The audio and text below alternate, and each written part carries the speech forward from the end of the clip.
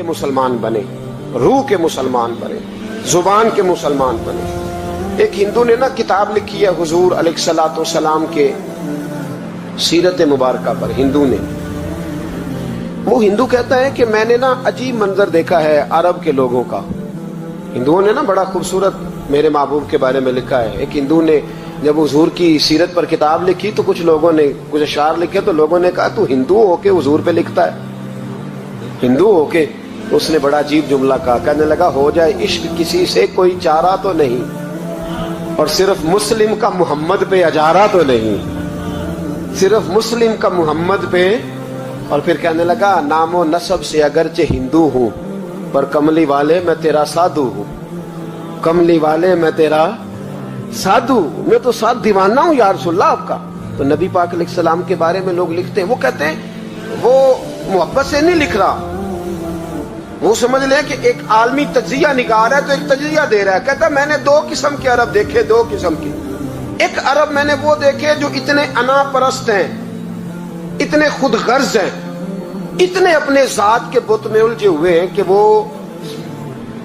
ایک حوض پہ اپنے گھوڑوں کو پانی پلانے گئے, 10 15 20 گھوڑوں کو پانی پلانے گئے ہیں تو جھگڑا ہو گیا, پہلے میں نے پلانا ہے, میں بڑا چودھری ہوں.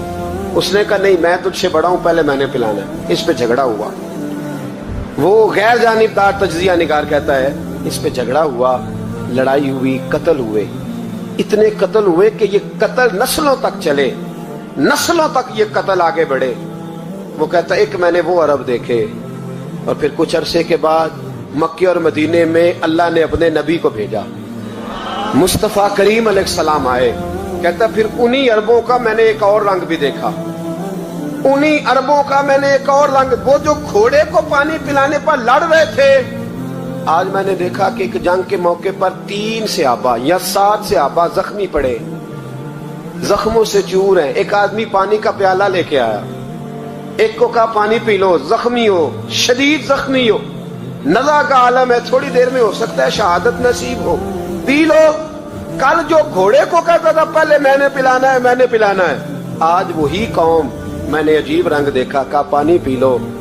تو کہنے لگا یار میں تھوڑا زخمی ہوں, یہ جو میرے ساتھ لیٹا ہے یہ زیادہ زخمی ہے, پہلے اس کو پلا دے, میرے بھائی کا بھلا ہو جائے. کہتا پانی لے کے اس کے پاس پہنچے, اس کو کہا تو پی لے.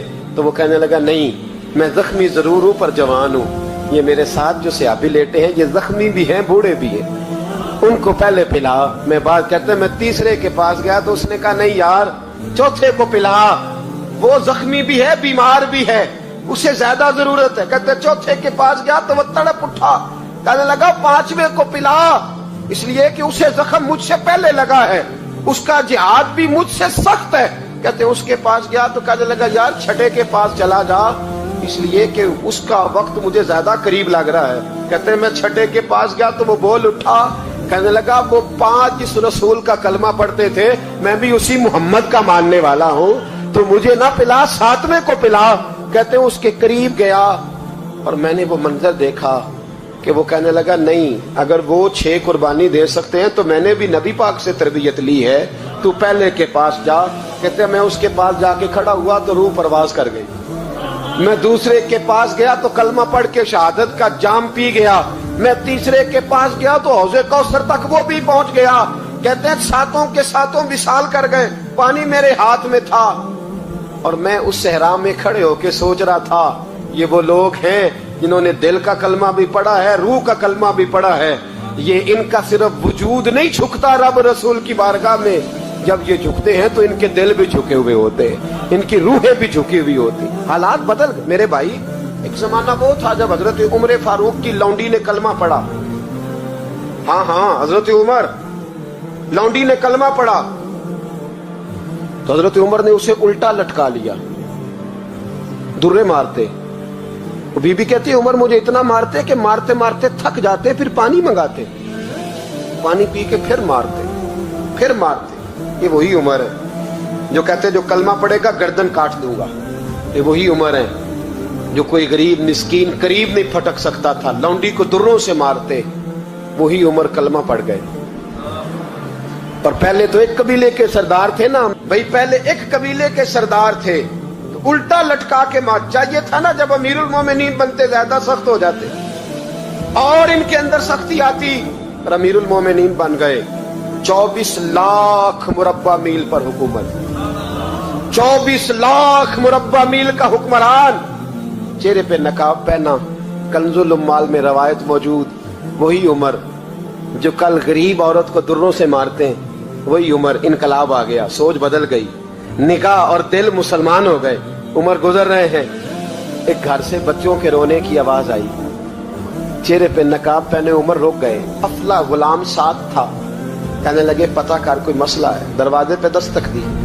بی بی تیرے بچے کیوں روتے ہیں؟ کہنے دوڑ جاؤ. کون ہوتے ہو؟ تمہیں کیوں بتاؤں؟ غریب ہر ایک کو نئی داستان بتائیں. ابھی ایک جماعت آ گئی، مجھے بتاؤ میں حل کروں گا. پھر دوسرا آ گیا زخم ٹٹولنے، مجھے بتاؤ میں کس کس کے سامنے زخم کھولیں، کس کس کو بتائیں. بی بی کہنے لگی جا دوڑ جا.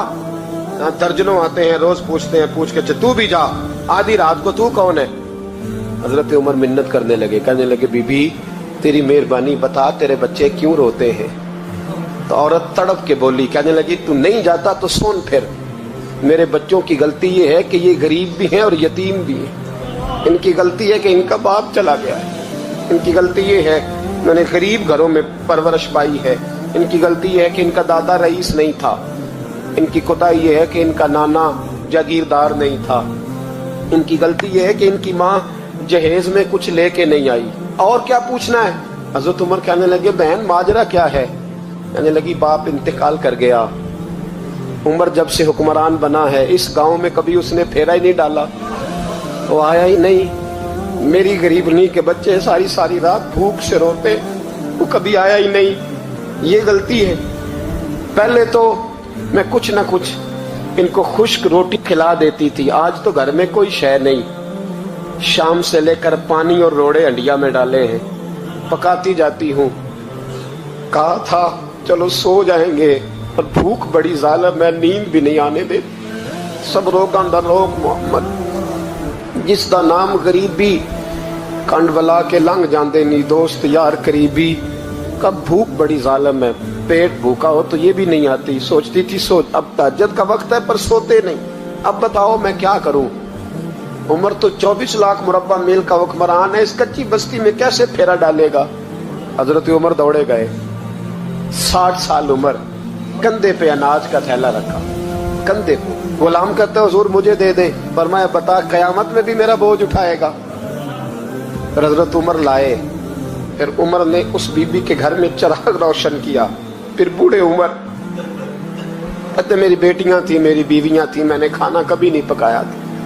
میں نے اس بی بی سے کہا بہن تو بیٹھ جا. بیٹھ گئی. عمر کہتے میں نے آگ جلائی. آپ کے غلام کہتے ہیں جب عمر آگ میں پھونکے مارتے تھے تو ان کی داڑھی سے دھواں نکلتا تھا. عمر نے آگ جلائی. پھر فاروق کہتے میں نے کبھی روٹی نہیں پکائی تھی پر آج میں نے آٹا بھی گوندا. 24 لاکھ مربع میل کا حکمران. اور بھائی جب تیرا دل اور نظر مسلمان ہوتی ہے تو پھر تو جھوٹے دعوے نہیں کرتا. پھر دین تیرے لفظوں میں، جملوں میں، تقریروں میں نہیں رہتا. حضرت سیدنا عمر فاروق رضی اللہ تعالیٰ عنہ آٹا گونتے ہیں، داڑھی ساری آٹے سے بھر گئی. پھر عمر فاروق روٹیاں پکاتے تو ہاتھ جلتے. پھر سالن پکایا. پھر عمر نے دسترخوان بچھایا. پھر وہ چھوٹے چھوٹے بچوں کا عمر نے منہ دھلایا. پھر فاروق اعظم روٹی کے لقمے ان کے منہ میں ڈالتے اور روتے. کہتے بیٹو عمر کو پتہ نہیں چلا کہ تم بھوکے تھے. بیٹیوں عمر کو خبر نہیں تھی. عمر سے ناراض تو نہیں ہو. چھوٹے چھوٹے بچے کہتے ہمیں تو پتہ بھی نہیں عمر کون ہے. آپ کیا بات. پھر ان کو عمر فاروق نے کھلایا. پھر فاروق اعظم سیر میں بیٹھ گئے، ان کو ہنساتے رہے. غلام کہتے حضور اب کیا کرتے ہو؟ فرمایا جو میری وجہ سے روئے تھے انہیں خوش نہ کروں. پھر اس بی بی کی طرف متوجہ ہوئے. کہنے لگے اگر عمر نہیں آیا تو آپ ہی خبر کر دیتی. بی بی کہنے لگی ڈیوٹی عمر کی ہے خبر لینے کی، میری نہیں ہے کہ میں جا کے بتاؤں. میں کیوں بتاؤں؟ حضرت عمر کہنے لگے چل عمر کو معاف کر دے. کہنے لگی اسے کیا معاف کرنا ہے، میں تو دعا کرتی ہوں اللہ اسے ہٹا دے اور آپ کو بنا دے. میری دعا ہے کہ وہ چلا جائے آپ آ جائیں. پر میں اگر میں بن جاؤں تو عمر کو معاف کر دو گی؟ کہا ہاں کر دوں گی. حضرت عمر نے چہرے سے نقاب اتارا. فرمایا بی بی میں عمر ہی ہوں،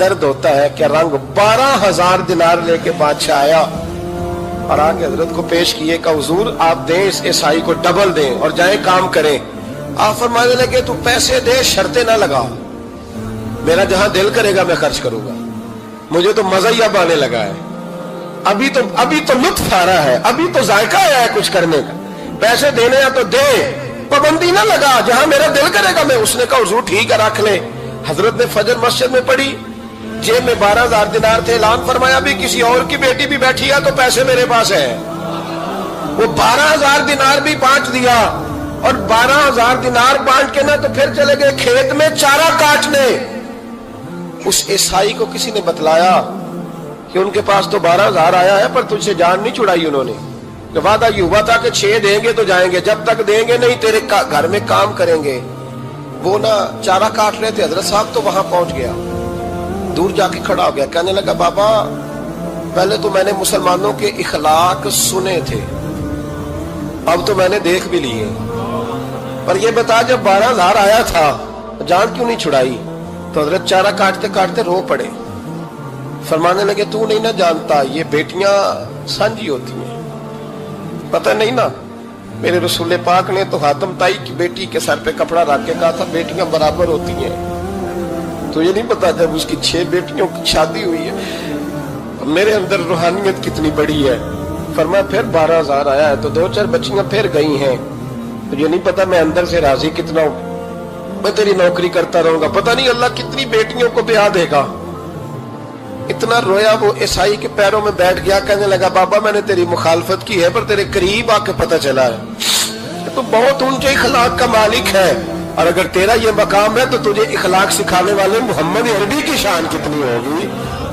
ظالم کی بولیے جاتے نہیں لوگ جھوٹے گواہ بن کے، وکیل صاحب کو نہیں پتا ہوتا کہ یہ بندہ مجرم ہے جو میرے پاس آیا، کیا مجرموں کے وکیل نہیں ہوتے؟ بولے تو اس کو پتہ نہیں ہوتا وکیل صاحب کو کہ یہ صاحب مجرم ہے، میرے پاس مقدمہ لے کے آئے، اور اگر بے ادبی نہ ہو جائے تو میرا خیال ہے قاضی عدالت کو بھی پتہ ہوتا ہے کہ مجرم کون ہے اور مظلوم۔ میرے نبی پاک صلی اللہ علیہ وسلم نے اس قدر زیادہ سختی فرمائی اس مسئلے میں، فرمایا جس کو پتا تھا کہ فلاں آدمی ظالم ہے، ظلم کر رہا، پھر وہ ظالم کا گواہ بنا یا اس نے ظالم کی مدد کی، کتنی کی؟ شارحین لکھتے ہیں چاہے اس نے ایک جملہ بول کے کی، چاہے ایک، سارے بولیے، چاہے ایک غریب کو اس نے ظلم کیا تو کہتے ہیں علاج یہ سی، چاہے ایک جملہ بول کے کی، شارحین اس حدیث کی شرح میں لکھتے ہیں ایک جملہ بول کے چاہے مدد کی، جس بندے نے کسی ظالم کی مدد کی کسی مقدمے میں یا کسی صورت میں اور اسے پتا تھا یہ ظالم ہے، میرے نبی پاک صلی اللہ تعالیٰ علیہ وسلم فرماتے ہیں اگر اس نے مدد کی، ابھی ظالم کی بات نہیں ہو رہی، ظالم کے مددگار کی بات ہو رہی، اگر کسی نے ظالم کی مدد کی تو حضور فرماتے ہیں خدا بھی اس سے بری ذمہ ہے، رسول بھی اس سے بری ذمہ ہے۔ سنبھال کے رکھے اپنی نمازیں، قربانیاں، حج، زکوٰۃ سنبھال کے رکھے۔ اگر ظالموں کا مددگار ہے، الیکشن آ لینے دے، آپ کو نظر آ جائے گا کون کون ظالموں کا مددگار ہے، نظر آ جائے گا، اپنی جیب سے لوگ پیسے دے کے ظالموں کی مدد کریں گے، ان کے فلیکس چھپوائیں گے، بورڈ لگوائیں گے، جیبوں سے پیسے دیں گے۔ ہم نے خود آگ لگائی ہے چمن میں اپنے، بے سبب گردشی ایام کو الزام نہ دو، ہم نے خود نور کا ظلمت سے کیا ہے سودا، کر کے توہین سحر شام کو الزام نہ دو۔ ظالموں کے مددگار میدان میں آ گئے، یہ چھوٹا لفظ نہیں، میرے حبیب پاک صلی اللہ علیہ وسلم نے فرمایا جو ظالم کا مددگار ہے سن لے، جو سجن کے ساتھ کچہری جاتا ہے وہ یاد رکھے، جو دوست کا گواہ بنتا ہے وہ یاد رکھے، جو کہتا ہے میں مانگی گیا تھا، مجھے بلایا گیا تھا قبضہ چھڑانے کے لیے کسی غریب بیوہ کی جائیداد پہ، وہ سن لے تو مدد کر کے نہیں آیا، تو خدا کے ذمے سے نکل گیا ہے۔ رسول پاک نے فرمایا تیرا میرا تعلق ختم ہو گیا، تو ظالم کا مددگار ہو گیا، پھر تو کہتا میں بے چین ہوں، میں بے قرار ہوں، میں آزمائش کا شکار ہوں، پلٹ کے دیکھ تو صحیح تیرا گناہ کتنا بڑا ہے۔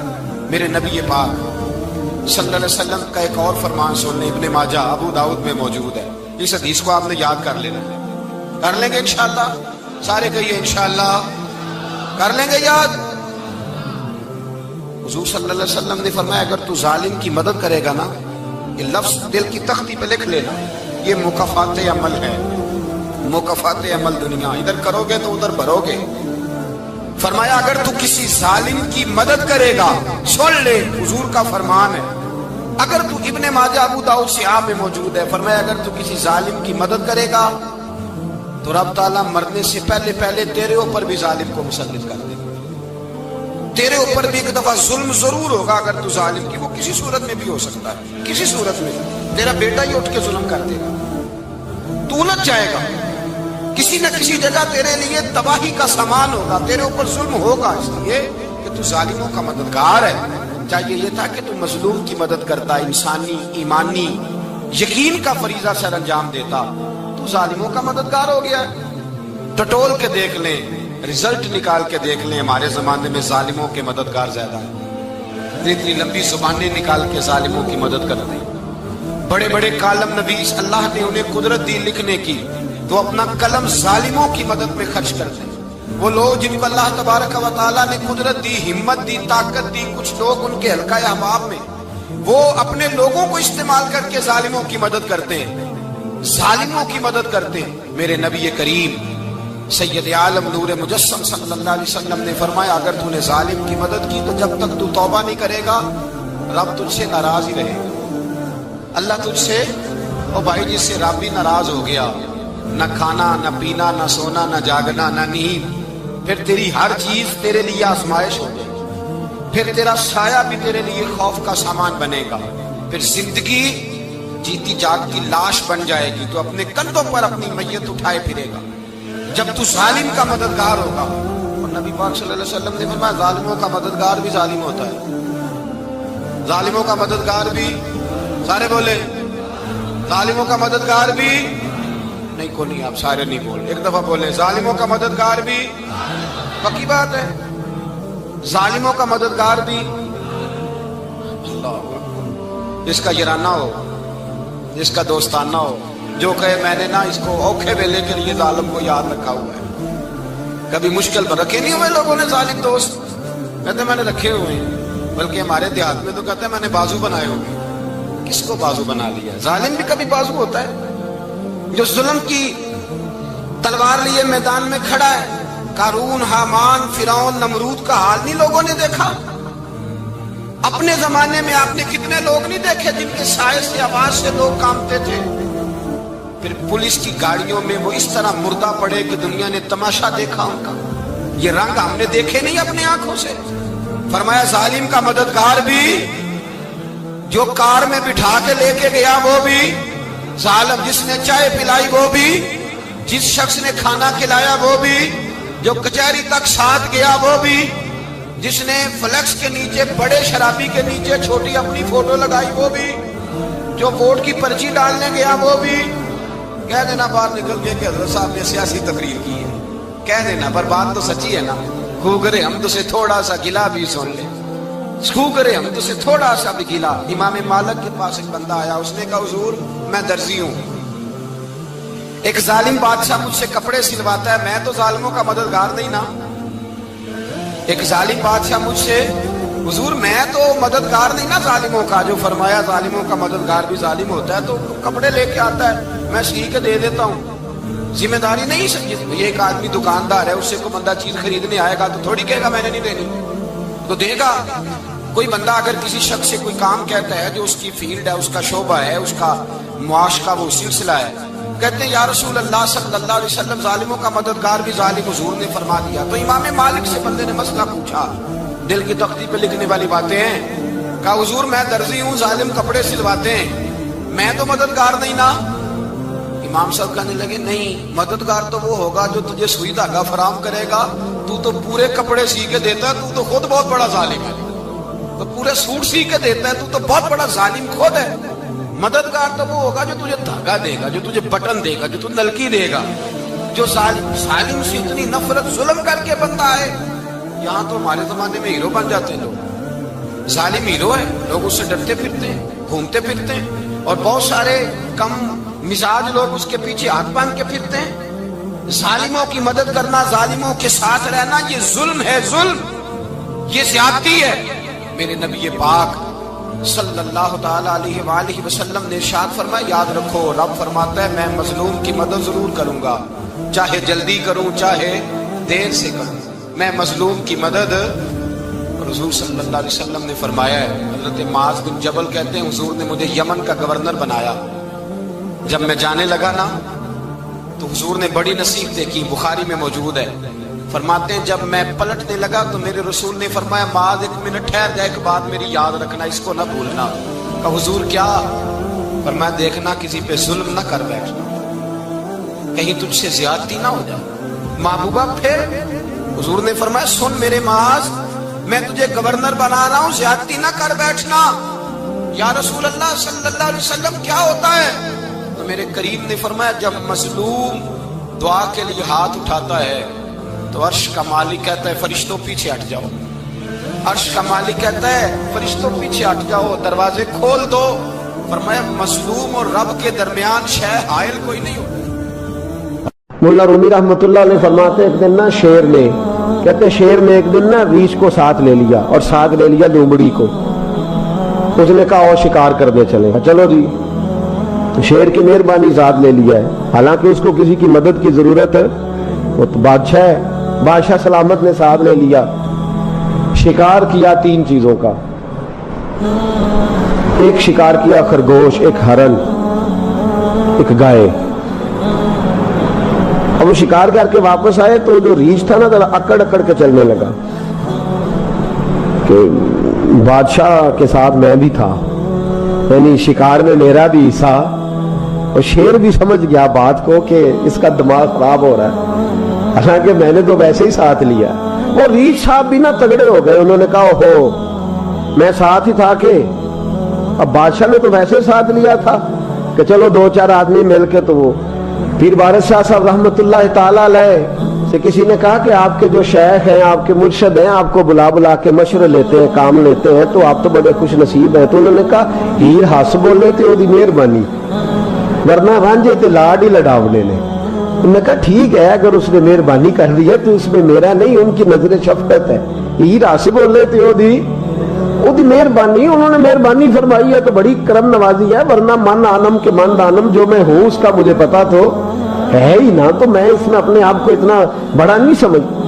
اس نے نا شیر نے بھانپ لیا، اس نے کہا کہ اس کے ذہن کے اندر بات آ رہی ہے کہ شاید میں کو بلا ہوں، تبھی تو مجھے اسپیشل بادشاہ نے کہا کہ چاہے میرے ساتھ شکار کرنے میں ہے کوئی میرے اندر بات۔ اللہ اکبر۔ اس نے نا آ گئے بیٹھ گئے، اس نے کہا اس سے بادشاہ نے کہ کیا کرنا ہے، اب شکار تو ہو گیا ہے، تو اس کے اندر تو سودا سمایا ہوا تھا نا، اس نے کہا جی کرنا کیا ہے، بانٹ کے کھانا چاہیے، بانٹ کے کھانا چاہیے۔ اس کو بڑا غصہ آیا، اس نے کہا اچھا تو مجھے کمزور سمجھتا ہے، میں جو چاہتا تھا کر سکتا تھا، میں نے تو عذرائے محبت تجھے عزت دی ساتھ لے لی یار، تو بن کے ہی بیٹھ گیا ہے۔ اس نے کہا اچھا بانٹ کے کھانا چاہیے، کہا بالکل، کہا چلو بانٹو، پھر کیسے بانٹنا ہے۔ ہرن کا اور بکرے کا گوشت ایک جیسا ہوتا ہے، بلکہ ہرن کا زیادہ مہنگا ہوتا ہے، لذیذ ہوتا ہے۔ اب اس نے تقسیم کیسی کی دی، اس نے چلاکی کرنی چاہیے، کہنے لگا جی تقسیم سیدھی سی ہے، آپ بڑے ہیں، گائے آپ کی، 3 جانوروں کا شکار ہوا نا، گائے، ہرن اور خرگوش، کہنے لگا آپ بڑے ہیں، گائے آپ کی، میں درمیانہ ہوں تو ہرن میرا، اور لومڑی چھوٹی ہے تو خرگوش لومڑی کا۔ اس نے کہا تیرا بھلا ہو جائے، کیسی تم نے تقسیم کی ہے۔ اس نے مارا پنجا اور ریچھ کو بھی مار دیا۔ اس نے کہا تو عجیب آدمی ہے بھائی، تجھے تو ذرا موقع دیا ہے تو تو نے ہاتھ ہی وہاں ڈال لیا ہے جہاں بالکل تیرا بنتا ہی نہیں تھا۔ اللہ اکبر۔ اس نے کہا اچھا مر گیا۔ اب لومڑی بھی سنبھل کے بیٹھ گئی، لومڑی ذرا تیز ہے، چلاک ہے، تو مولا رومی علیہ رحمہ کہتے ہیں، اور شیر کہنے لگا لومڑی سے چل تو تقسیم کر، تو تقسیم کر کیا کرنا چاہیے۔ تو کہنے لگی بادشاہ سلامت تقسیم بڑی سادی سی ہے، سویرے ناشتہ خرگوش کا کرے، دوپہر کو آپ جب کھانا کھانے لگے تو ہرن تناول فرمائے، اور شام کو ذرا آپ زیادہ کھاتے ہیں تو آپ گائے کھائیں، یہی تقسیم ہے۔ بڑا راضی ہوا شیر۔ اس نے کہا تو نے یہ تقسیم بڑی اچھی کی ہے، یہ کہاں سے سیکھی ہے؟ کہنے لگی ریچھ کی موت سے سیکھی ہے، ابھی مرا ہے میرے سامنے، اس کی موت سے میں نے سیکھی ہے، اس لیے کہ اگر یہ تقسیم نہ کی تو مر میں بھی جاؤں گی۔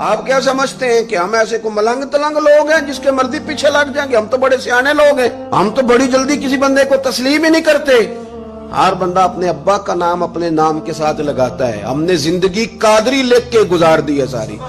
آپ کیا سمجھتے ہیں کچے پکے لوگ ہیں؟ اور صرف یہاں نہیں، وصیت لکھ کے رکھی ہے، مریں گے بھی تو قبر پہ پہلے لفظ قادری لکھنا، اس لیے کہ خدا کے فضل سے ہم پر ہے سایہ غوث اعظم کا، اور ہمیں دونوں جہاں میں ہے سہارا۔ اور بڑی تحقیق کے ساتھ اور بڑی ریسرچ کے ساتھ اور بڑے سیانے بن کے، لیکن جس دن کا مان لیا ہے پھر بالکل ہی مان لیا ہے، پھر بالکل ہی مان لیا۔ آپ یقین کریں مجھے مزہ آتا ہے جب مجھے کوئی کہتا ہے قادری صاحب، بڑا مزہ آتا ہے، بڑا سرور آتا ہے۔ کوئی میرے نام سے نہیں نہ پکارتا، اس کا بنا کے پکارتا ہے، کوئی اس کا بنا کے پکارتا ہے، کوئی اس کا کہہ کے پکارتا ہے تو ذرا چسکا آتا ہے، یعنی اس میں سرور آتا ہے، اس میں ذرا کیف آتا ہے۔ حضور غوث پاک آپ کی نسبت بڑی شان والی، آپ کا مقام بڑا۔ حضرت مولانا جمیل الرحمن قادری اعلیٰ حضرت کے مرید ہیں، وہ فرمایا کرتے تھے خدا کے فضل سے ہم پر ہے سایہ غوث، ہمیں دونوں جہاں میں ہے سہارا۔